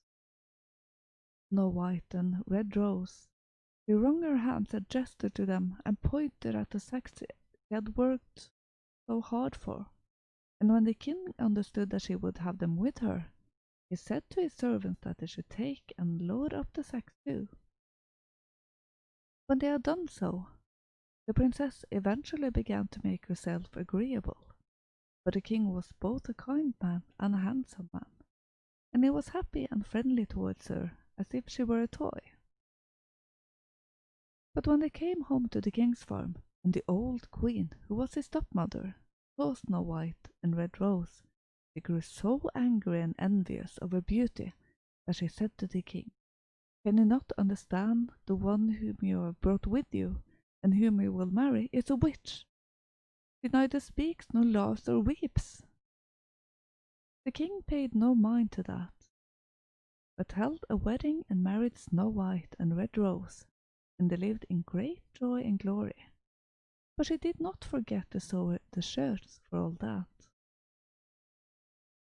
Before a year had passed, Snow White and Red Rose had a little prince, and the old queen grew even angrier and more envious on his account. And when night came, crept into Snow White and Red Rose while she slept, took the child and threw it into a pit of serpents. Then she cut the queen on her finger and smeared blood around her mouth, and then went to the king. Come and see, she said. See what manner of a queen you have taken. Now she has eaten up her own child." Then the king was so ill that he almost wept and said, "Well, it must be true, since I can see it with my own eyes. But I do not suppose she will do it again. This time I will spare her." Before a year had passed, she had another son, and it went the same way as with the first one. The king's stepmother grew even angrier and more envious, so she crept into the queen during the night while she slept, took the child and threw it into the pit of serpents, cut the queen on her finger and smeared blood around her mouth. Then she told the king that she had eaten up this child as well. Then the king grew so sorrowful as you should never believe, and then he said, "Yes, I suppose it must be true, since I can see it with my own eyes. But she will certainly not do it again, so I will spare her on this occasion as well." Before a year had passed, Snow White and Red Rose bore a daughter, and she too the old queen took and threw into the pit of serpents. Whilst the young queen slept, she cut her on her finger and smeared blood around her mouth, and then went to the king and said, "Now you must come and see if it's not true what I say, that she is a witch, for now she has eaten up the third child as well." Then the king grew so sorrowful that there was no end to it, for now he could not spare her any longer, but had to command that she would be burned alive on a pyre. When the pyre stood afire, and she should be put on it, he made gestures to them that they should put 12 boards around the pyre, and on them she laid the kerchiefs and the caps and the shirts for her brothers. But the shirt of her youngest brother lacked his left arm. He had not managed to have it finished. Hardly had they finished doing this before they heard a rushing and whistling in the air, and then came flying 12 wild ducks over the forest, and each of them took his clothing in his bill and went off with it. "Do you see now?" said the bad queen to the king. Now we can see properly that she's a witch. Hurry now and burn her before the woods burn up. Oh, said the king, we have enough wood. We have the forest to take from. I will tarry a little yet, for I will see what the end of this will be. Straight away came 12 princes riding, as handsome and well grown as one would expect. But the youngest prince had a duck's wing instead of his left arm. What is going on? Asked the princess. My queen shall burn, for she is a witch and has eaten up her children, replied the king. She has not eaten up her children, said the princess. Speak now, sister. Now you have saved us. Save yourself. So Snow White and Red Rose spoke, and told how everything had happened. That every time she had been delivered, the old queen, the king's stepmother, crept into her in the night, taken the child from her, and cut her finger, and smeared the blood around her mouth. And the princess took the king and led him to the pit of serpents. There lay 3 children, playing with the serpents and toads, and more gorgeous children you could not imagine. The king took them with him and carried them to his stepmother, and asked her what manner of punishment she thought the one should receive who had the heart to betray an innocent queen and 3 so blessed children. They ought to be tied between 12 unbroken horses, so that each has its portion, said the old queen. You have passed judgment on yourself. You shall suffer it too, said the king. And so the old queen was tied between 12 unbroken horses, and each had its portion of her. But Snow White and Red Rose took the king and his children and the 12 princes, and then they travelled home to her parents, and told them what had happened to them. And now there was great rejoicing and joy across the whole kingdom, for the princess was saved, and had saved her 12 brothers as well. So as you can see here, we both have a wicked mother and a wicked stepmother. So I thought that was quite a good contrast. Yeah, we have sort of a mother who is willing to sell out sons for a daughter, Mm-hmm. which is somewhat narcissistic there, that Yeah, she wants something in her own image as opposed to um something like boys which she cannot relate to and which she has to just simply selflessly devote herself to. I think a lot of mothers they do hope for a daughter yeah, at some point. yeah. Um, I think it's most common that, that women want a daughter and a man wants a son. which is it's quite natural. You do want to carry down. A man wants to carry on his line, Mm-hmm. and a woman wants someone to be able to teach feminine skills to carry Yeah, on her own line in yeah. that way. It is carrying forth the female heritage that you can't in the same way with a daughter-in-law. That is true. Wonder where that trope of mother-in-laws being just like not nice, their daughter-in-laws come from. I do think it's rooted in envy, uh, because the daughter-in-law comes in and takes the son away, so to speak. That's true. Uh, over here, I have heard the term mother dragon in terms Mm. of mother-in-law. Yes, I I don't. They just seem to be like that. They do seem to be like that in a lot of cases. I suppose it's because they perceive the partner of the son as having taken, as having completed the separation of their child from them. Yeah. Uh, I suppose. Before that, they are the major female influence of the son, Yes. and suddenly that is taken away. And even if every mother knows this, I think there might be a trace of that lingers, that you can't really help. And I do wonder if there is something similar going on with men when it comes to daughters. True. That's true. There is some habit of fathers being quite hostile to partners of their daughters. Mm-hmm. That's a frequent trope. Yeah, It does stand up. I suppose it's because parents are inclined to be hostile to the partners of the offspring because they want to make sure that their offspring is having a family with stock. yeah, and I know if I have kids, I'll probably be judging who they date. yeah, I'm probably going to be high key judging who they date. yeah. Well, you do want the best for a child. Um, so when it comes to them starting their own families, of course, that will also play a part. Yeah, exactly. Well, I find it interesting that she says you can have your sons up until the child's christened. Mm-hmm. Like, she could have just never got Snow White christened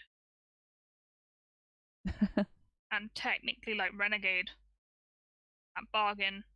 But I Yeah, suppose in those days, it was believed that not getting christened left you open to all sorts of supernatural attacks.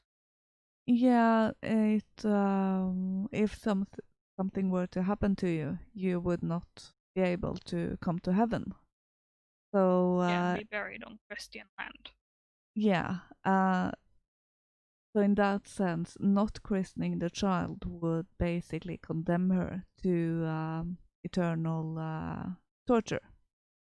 Yeah, and it would condemn her, whether or not that actually does happen. It would have condemned her indeed to a life of social ostracization. Yeah. This is very, yeah. Ah, what is wrong with my throat? I have to mute my mic for a bit and have a drink. Yeah, okay. Um, I do also find it interesting that for the queen, it almost like the thought comes out of nowhere. It might be a wish for her to have a daughter, a long-standing wish, but it seems like it's an outside influence that makes her say it. And as soon as she has said it, then she has uh, basically cast a spell and perhaps even um, done a blood sacrifice in sorts, because she does it while she herself is bleeding and the blood is dripping on the snow on the ground. That is true, and it does seem like that was the same also in my last story that she seemed to accidentally blood sacrifice, Mm-hmm. which yeah, is something that a lot of pagans you meet, they're very careful actually about putting energy behind words, Yeah. like and what they say and when they say it, how much sincerity because I don't know this there is still sort of belief that you can accidentally spell yourself, Mm-hmm. And which I do believe to be a thing that can sometimes happen. At the very least, if you do talk yourself into a negative thought pattern, yeah. you will get negative outcomes from things. Yeah, well, so many cultures um, have the view that words have power, so you shouldn't speak in vain. Yes. Um, we do have the old Spartan saying of talk little, say much. be sparing with your words, and but yeah, and when you do say something of value. Uh, Yes. and they would also pretend to be bumbling idiots, and then suddenly reveal that they were a lot smarter than they had let on. So that was quite fun. That is true, and that is advice frequently given in Indo-European cultures to Mm-hmm. not speak up if you're a fool amongst wise men, look stupid, but also to not actually crack on about it if you're too clever. Mm-hmm. Don't like that. Yeah, it's a point of humility. Yeah, but with all the awful things that could happen to a child, anyways. Returning to the story, I'm not surprised that she does want to get Snow White christened, and that is not all a way for her to renegade on the bargain.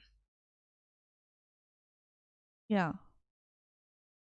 Um, and I also find it interesting that the brothers are turned into birds and fly Yes. away, because again we have this creature of the liminal space, the in between. Yeah, so it does maybe imply that they have to go to another realm. Mm-hmm.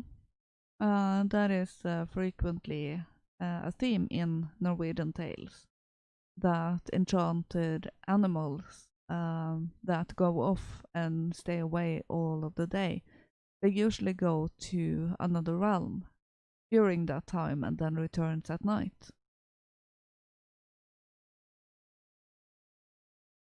Yeah, that's true. They could be doing that. Yeah, and of course it's in those times I don't think it was that common to be an only child. So I find it No. very natural that she is lonely. Uh, yeah. Yeah, she would be because everybody around her would have had siblings. Mm-hmm. Times. Yeah. And in the end, uh, the queen is punished for her wish and willingness to sacrifice her sons by also losing her daughter when the truth came out. So again, we have this that you might hide something, but truth will out. Yes, it's And true. she was plagued by this for years. So she was punished for this for years. Definitely she was.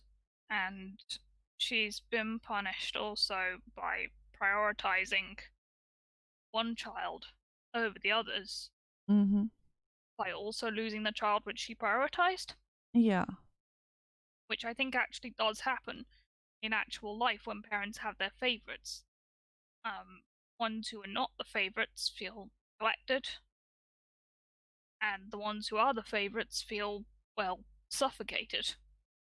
yeah, Because quite often, frankly, that parent is projecting their whole hopes and dreams and living vicariously through that one child. yeah. I feel it's very very common, and also it's just a general message. Be grateful you actually have. Mm-hmm. You know, it's like you've only I had a daughter. Oh yeah, you know, I'd trade away my 12 sons for a daughter. Well, you did, and now you've got no sons and no daughter. Yeah. And also we have an innocent who is taking on the responsibility of someone else's action. The girl goes sort of on a pilgrimage, you could say, makes a walk of penance, looking for her brothers. But as the youngest brother pointed out, it wasn't her fault. They didn't ask to be born. No, she didn't, and it's a bit weird in the first place. Hmm. suggest killing her, the Well, ancestrals. But then again, of examples where people have died for the ancestral sins. yeah, well, it definitely shows the bitterness that can lodge itself in one's heart by being rejected by your parent. And when someone has done you wrong and you have to live with the consequences of something that was outside of your power, you can fall into bitterness with that. And the youngest brother is the opposite point, pointing pointing out that the blame should be laid at the feet of the one who did the wrong, not That's true. not an innocent that is implicated in it. That is true. And well, she is kind of martyred for the family. She is the one who redeems the family name Yeah. through, keeping silent and enduring suffering. Mm-hmm. And And she say, it is hard work picking all that cotton and weaving and sewing and everything. it seems like another one of these tests of female worthiness, like the cleaning of the shirt Mm-hmm. in East of the Sun, West of the Moon, Yeah. I think it was, that had the cleaning of the shirt. Um, and these sort of tasks of Yeah. domesticity that women seem to be getting assigned in order to, prove their rite of passage, prove themselves like their rite of passage as a female successor. Yeah, well, much of the female role is to create a home. The man provides the home physically with his labor, and the wife makes it a home. She turns it in from a house to a home, because it's the feeling of love and care for the family is a huge part of making a home. It's not just a house and caring for her family. So, in caring for her brothers and making them clothes, the makes them feel more at home. She provides them with that family feeling. It does indeed.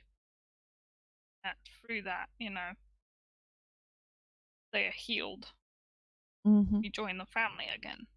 Yeah, and while doing that, she gains the attention of a man, of a spouse.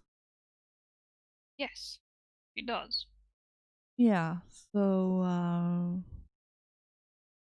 She's seen as the of being the matriarch of the family of her own, hmm, despite lack of guidance yeah, from her mother.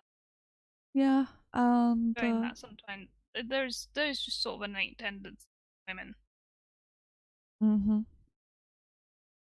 I do find it interesting that the king still wants her in spite of her not talking and not laughing. That is Uh, true.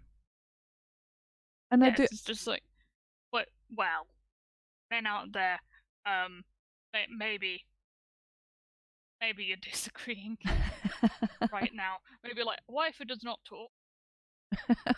Great, actually, it's a football in peace. Yeah, Oh, great. I'd marry her. yeah, Doesn't say anything. Perfect. Won't be asked my opinions. Pro cushion. yeah. Perfect wife. She makes clothes and doesn't talk. Now, I'm sure our men do want some opinions from. Yeah. Um. Get a bit creepy. Not sure how the dude put up with it for that long. Uh. I don't understand that either. Yeah, And because you do want a companion to share things with. We do. and to give you support. And Yes, in the course of this story, some form of sign language must have been invented. yeah, perhaps she was able to write, so she could write all her answers. She was a princess, so she might have been literate. She may well have been literate, yeah. Yeah. They refer to her gesturing Mm-hmm. quite a lot.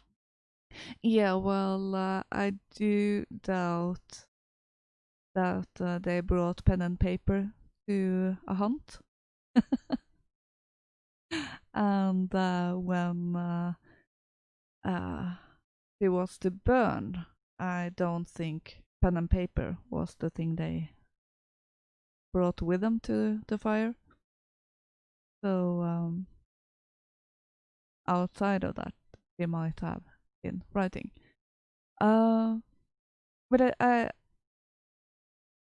sign of her strength is how she was able to endure the loss of 3 children without crying. That is true. That is very much a sign of strength because as far as she was concerned, um, they're dead. Mm-hmm. Which I suppose, means that certain things are above the safety of one's offspring Yeah.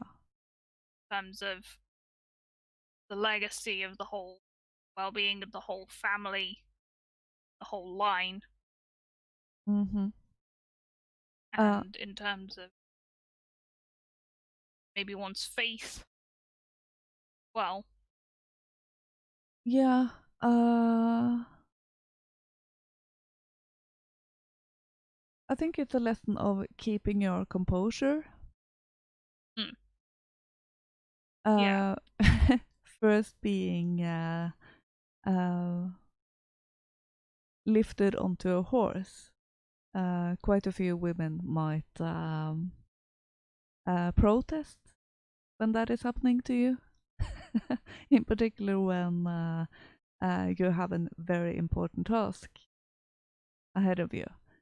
Um, and then falling in love and getting married and everything and not laughing, and then endure the loss of your child. And also, she knew that the king's stepmother, had taken her child and framed her, and still yes. she did not speak up. So she was willing to sacrifice herself for her brothers. She did.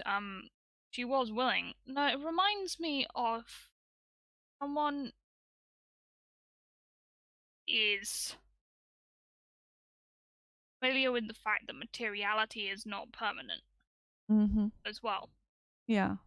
Like there is thing in many traditions about realizing that the body, world, suffering, whatever you have there, is not permanent. Yeah. Your immortal soul is permanent, and therefore she's able to bear these terrible things with grace and dignity because she does seem like someone who recognizes that. Yeah. It also reminds me actually of Joan of Arc. Not so much in her deeds, but the conviction. Joan of Arc was willing to be burned at the stake because she would not renounce her message from God in restoring the king. And That is true. because of that, she was accused of being a witch, hence why she was to burn. But she could not renounce that. She could not lie and say, "Oh, I just made it up and I wanted the kingdom restored" or anything. She held fast in her belief, and she was willing to die for it. And Because then the she brother, could sense divine and she couldn't deny it. yeah, it was something bigger than herself. And then her brothers come in and say, "You have saved us. Now save yourself." Mhm. But, that's the point where I get sort of a little bit of goosebumps. Uh, Yeah. because it's okay, you can talk now, you can save yourself, you can speak the truth, you can say what happened, finally. And basically, you're finally allowed to speak to your husband, which is a bit touching. Yeah, that is very much touching because it's like, it's reminiscent of Christian or Buddhist or Hindu monks who take these, like, you know, vows of silence Mm-hmm. and the endurance that it must be, and the amount of relief when finally allowed to speak. You wonder if she maybe had some trouble speaking. Your Mm-hmm. voice wouldn't really be up to it Yeah, after that sort. yeah, you would think so. And uh, the reason people take a vow of silence is to become closer to God, because your focus turns inward. And in particular, when it's a task like picking the cotton, um, it is sort of a meditating thing. And Yeah, also with the spinning and the weaving and the sewing, these are tasks that can have a meditative effect. Uh, they definitely can. yeah, and when you're not talking to anyone else, then you will turn inward. So, in that sense, they might have come closer to God while doing all of this. So, it's still something of a holy mission. Sure. Yeah, and then they are able to go home to the brothers and the princess and um, relieve that sin of the mother. So just to sort of return to the central theme, what do you think the stepmother in this story sort of represents, do you think?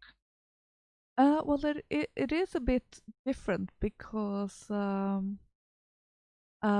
it's not the girl's stepmother, it's the man's stepmother, and it's not. Uh, he isn't a boy; he is a man grown.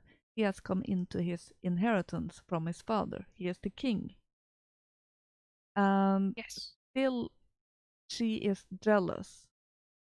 Um, so you could say that she was a stepmother that had actually bonded with her stepchild, and as such saw the princess come in and steal her son.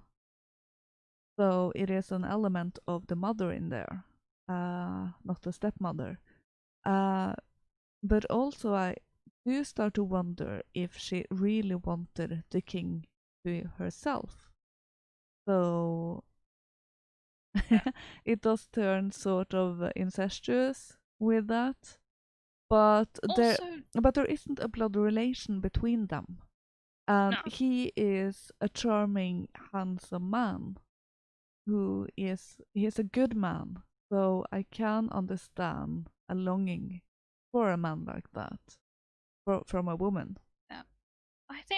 I feel also there might have been a desire to sabotage King's romantic relationships because obviously that's not her child. Mm-hmm. So she may feel resentful of the child of a previous woman even doing so well. Yeah, and she has lost her mate, his father. So it can be out of grief from that. So she wants to Yes. sabotage his joy in starting his own family. And as it's not her blood relation, her is not her blood on the throne, so she doesn't have that investment in keeping the line going. We do have sort of some studies, like it's conflicting sort of in real life in studies about the effects of step parents, Mm-hmm. but it does seem like uh, they have slightly more of a tendency not so much prioritize the offspring that are not biologically theirs. Yeah. So there is a few studies with regards to step parents are less likely to get their children checked out health, like a study in 87. 15% of step parents failed to mention their stepchildren when asked to identify all family members. Oh. Like I called Furstenberg. That is quite a thing to leave out. That is, it is definitely a thing to leave out. So that there is indication that there can just be trouble in terms of, as you would expect there to be in humans, in terms of that's not my genetic line. So for Mm-hmm. some people, some pretty awful people, it is 15% step parents. So bearing in mind that you've got 85% of them mention their stepchildren. Yeah, that is definitely something to keep in mind. Because, but yeah, in certain cases you get the mix of a generally not that great person with someone who's not their biological child, and a lot of these people in the stories are marrying for like just reasons of wealth, reasons of, oh, she's beautiful. Mm-hmm. So yeah, it does seem like it's got some sort of truth in life. 31% of children apparently didn't seem to care about step parents living with them. Yeah. Well, Yeah, well, there is a conflict going, but the way it is today is a bit different than how it used to be. In previous times, a remarriage often came because one of the of death, yeah, it was death of a spouse. really divorce most of the time. No. So the children wouldn't be divided between their biological mother and their stepmother in that way. Of course, they are still tied to their biological mother in memory, but it's not like they went from between two homes, between the two parents. So yeah, it will be a bit different today than when these stories were made. Yeah, there are some. It's sort of like the trope kind of does in exceptional cases, but and I think it crops up because when it goes wrong, it is quite dangerous. It could have been a positive trope to spread evolutionarily because another study bore out, and I can post a link if anybody wants to sort of have this sort of information and look at it for themselves. But one study found that stepmothers were actually 2.4 times more likely to kill their stepchildren than birth mothers, Mm-hmm. which I would say mothers are pretty unlikely to kill their children anyway.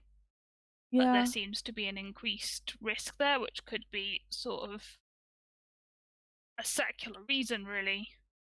Just a plain old why is this evolutionarily adaptive reason to yeah, spread this sort of trope. yeah. Well, there do seem to be a certain amount of women who are uh, what's what's the word here? Prone or more likely to hurt their children, or and that Yes. may be somewhat general, so they are more likely to hurt a child not of their body, if you Yes. understand my meaning. Well, that's true. You get, of course, one of that disposition. But I thought it was interesting when I found these statistics and realized that the evil stepmother trope did, in cases which can be quite serious, uh, bear out in real life, Mm-hmm. which I feel like there's quite often reasons, stereotypes. Yeah, well, they're based on something, so they're not made out of thin air. Um, I wasn't surprised per se, but I did find it very interesting because I've never looked into that. Um, Quite a lot, and the whole advocacy group actually, thembeforeus.com/biology dash matters, um, who are campaigning, I think, mostly in America,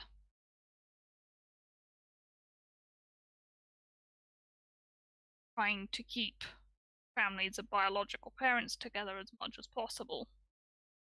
yeah, If anyone's involved in that sort of additional family advocacy type stuff, might actually be a good place to look. They've gathered a lot of statistics. yeah. Well, Yeah. it is sort of a curse of the times that so many are getting divorced, and Yes. as time goes by, that will increase. Uh, in part because people see other ones do it, so it isn't as hard to do it yourself. And with children who have grown up in broken homes, I think they might Yeah. be a bit more It prone is. It is to leave. affecting. It is affecting their ability attachment, Yeah. depending on how early they lose a parent. Because the parent not being in the house, I'm seeing them on weekends might obviously not be enough Mhm. to form a bond with that particular caregiver. Yeah. And Um. it's same things like custody arrangements which keep kids away, others daycares, boarding schools, sort of tear away at a natural bond. Yeah. I think in particular the loss of the fathers is crucial. Uh. For Girls young who. boys, Uh, especially. yeah. And also girls who grow up without their father tend to be more promiscuous than girls who have their father around. That would make sense, but they have not had male validation in childhood and therefore would seek it Yeah. later in life. They might not have a good male role model in their life, and also maybe subconsciously looking for their father and trying to regain the father. And Yes, at the same daddy time, issues, modern me. yeah, definitely. And also, when the father isn't around, it may create distrust in men in general. You know, they aren't to be trusted. Yeah, I feel like I see a lot of that. Yeah. I feel like we So, do see a lot of that. yeah. So, it's definitely something we should work on in our communities. Well, you know, I think everybody probably listening to this would be pretty clued up Mm-hmm. about those sort of issues already. If Yeah. I know, if I know our base, Yeah. think I think I do. Yeah. Now, that is the stories that we do have for today. Mm-hmm. and yeah, hope you enjoyed that look into stories with stepmothers, and that we sort of elucidated on some of the symbology of stepmothers and mothers in stories. And yeah, we hope you have a lovely rest of your Sunday evening. Yeah, hope you enjoyed the show and that we will see you next time, next week. So Bye. have a wonderful evening and the rest of your weekend. Good night. Bye, everyone.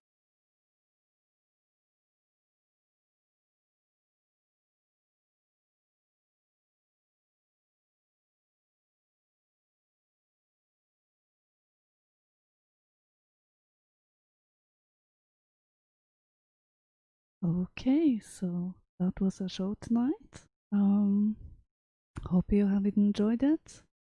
And I guess it's time for. Oops, forgot to turn my sound off. uh, if Katrina can open the chest, and we will have some lemon drops on people, hopefully. um, it was an interesting show to do and an interesting topic to look into.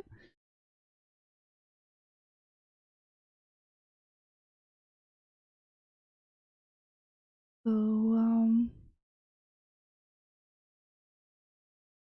yeah, I hope everyone has have had a good weekend. Uh, Managed to have some time off and relax and have some fun and everything. If that was what you wanted. Um,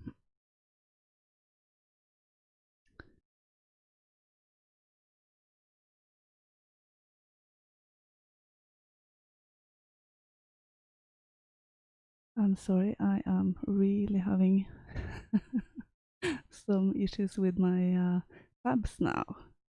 And here is Katrina, so hopefully she can get a chest going for us. Um, yeah. Um,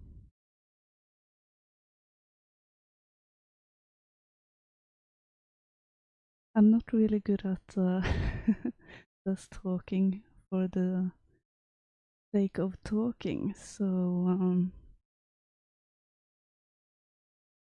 hopefully we can have the going. Uh,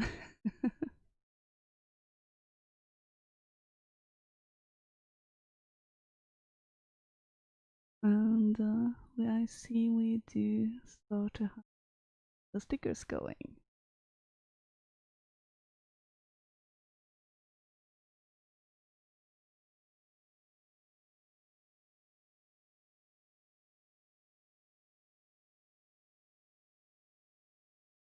Yes, and thank you for hosting to him and Right Meow and Burika. That is very good of you.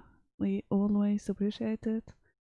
And thank you for the donations. Our top donor seems to be Ferocious Chihuahua with 100 lemons and Dam Dummy with 100 lemons. And then it is Fearless with 20 lemons, and we always appreciate it. And it's always unsuspected. So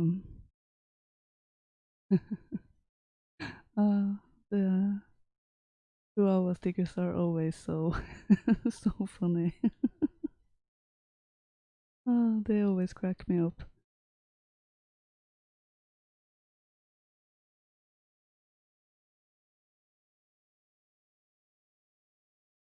Mm.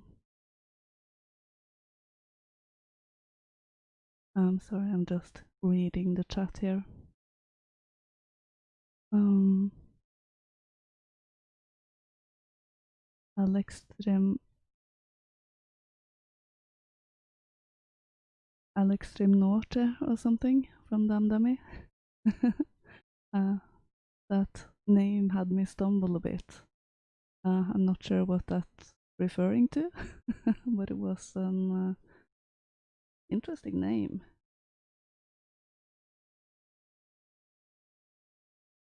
We will be finishing up really soon, so you can go catch Alex. Just waiting for the chest, and welcome Iron Maiden 777.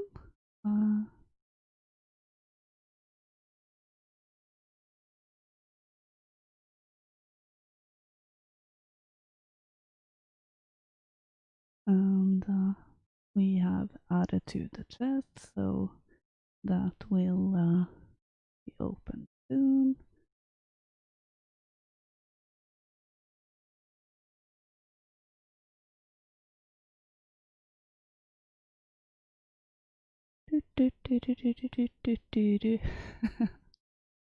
Almost want some music in the background now, seeing the cat with the headphones.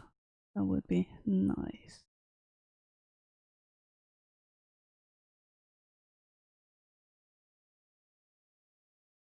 It is quite a deep topic going into the stepmother. It is a lot to cover and a lot of angles to view it from, and quite interesting in how it goes across so many cultures and basically all over the world.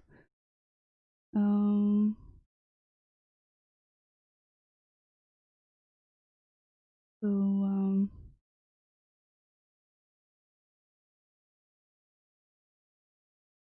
yeah. Oh, the chest rewards have been given, and today's winners are Damdami and Rattus Swedicus. Congratulations, everyone, and oh, thank you for the diamond, Damdami. That is very kind of you. Yes. Well, I think I will finish the stream then, and hope to see you all next week. So, good night, everyone.